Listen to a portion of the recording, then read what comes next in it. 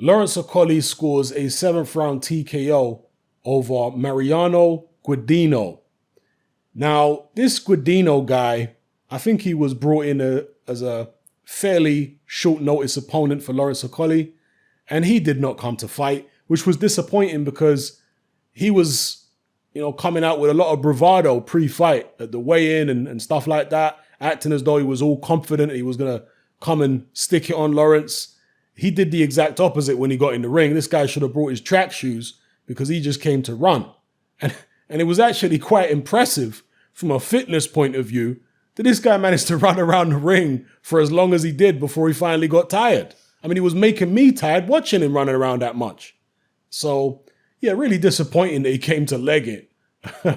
But I feel like Lawrence handled the situation very well because when you're in there with a guy who literally doesn't want to fight, and particularly when he's fleet-footed like this guy was, who can move around the ring well, and he's a smaller guy than Lawrence, it can be very, very awkward to track a guy like that down and get him out of there, So although it was probably a frustrating night for Lawrence Okolie, it was an opportunity to try out and develop and practice certain skills, like cutting off the ring.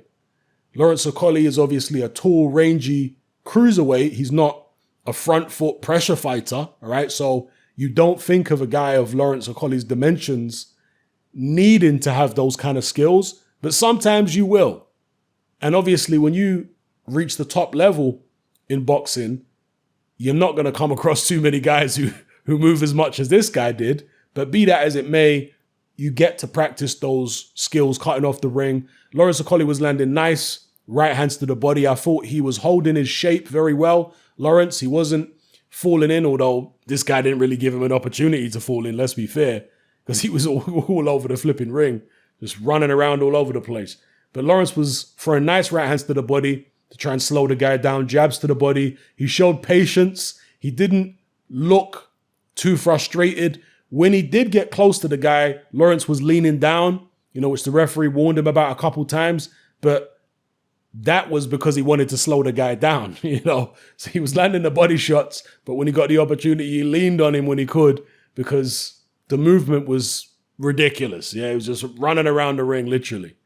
So I feel like Lawrence dealt with it well, kept his shape together very well. He's looking more polished now, Lawrence Okolie. And I thought it was a professional performance. It kind of reminded me of when Lennox Lewis fought a guy way back in the, it must have been late 80s, early 90s. When Lennox Lewis first turned pro, he fought a guy called Melvin Epps. I'm sure it was the Melvin Epps fight. Yeah, it was.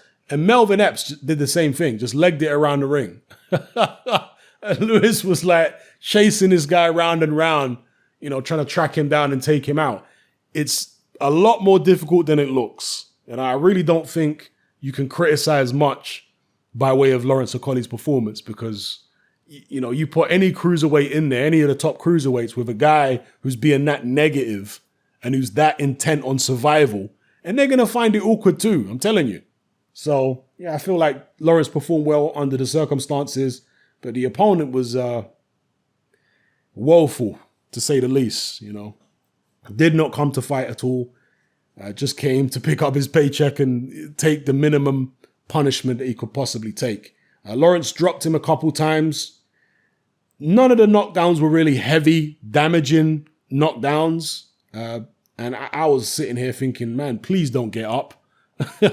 We don't want to see you running around the ring again for another couple rounds. Please don't get up, because every time he would go down, he'd go down on a knee.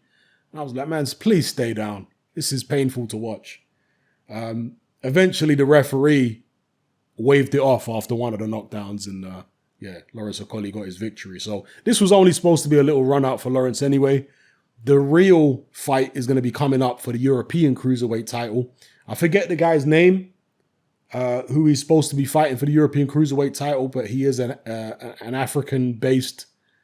European-based African guy. I'm not sure which country he's from.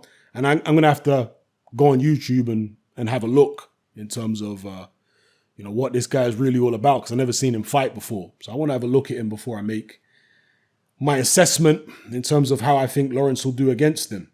But yeah, that's my take on the Lawrence Okolie, Mariano Guidino. I hope I'm not butchering the name too badly. Yeah, that's my take on the fight. I thought it was a good performance under the circumstances from Lawrence Okolie. And I really do like the pairing with Shane McGuigan, because I've even seen the pad work that Lawrence is doing with Shane, and he's looking a lot more fluid to me, Lawrence. His movements are more fluid, and there's a rhythm in the way he's throwing the shots, even on the pads. So I think Shane already is working really well with him, getting him to keep his shape, not to rush the shots, take your time. And yeah, he's just polishing up good at the moment. So yeah, good progress from Lawrence, and be very interested to see this next fight for the European Cruiserweight title. So let me know what you guys thought about the performance in the comments. I'm out.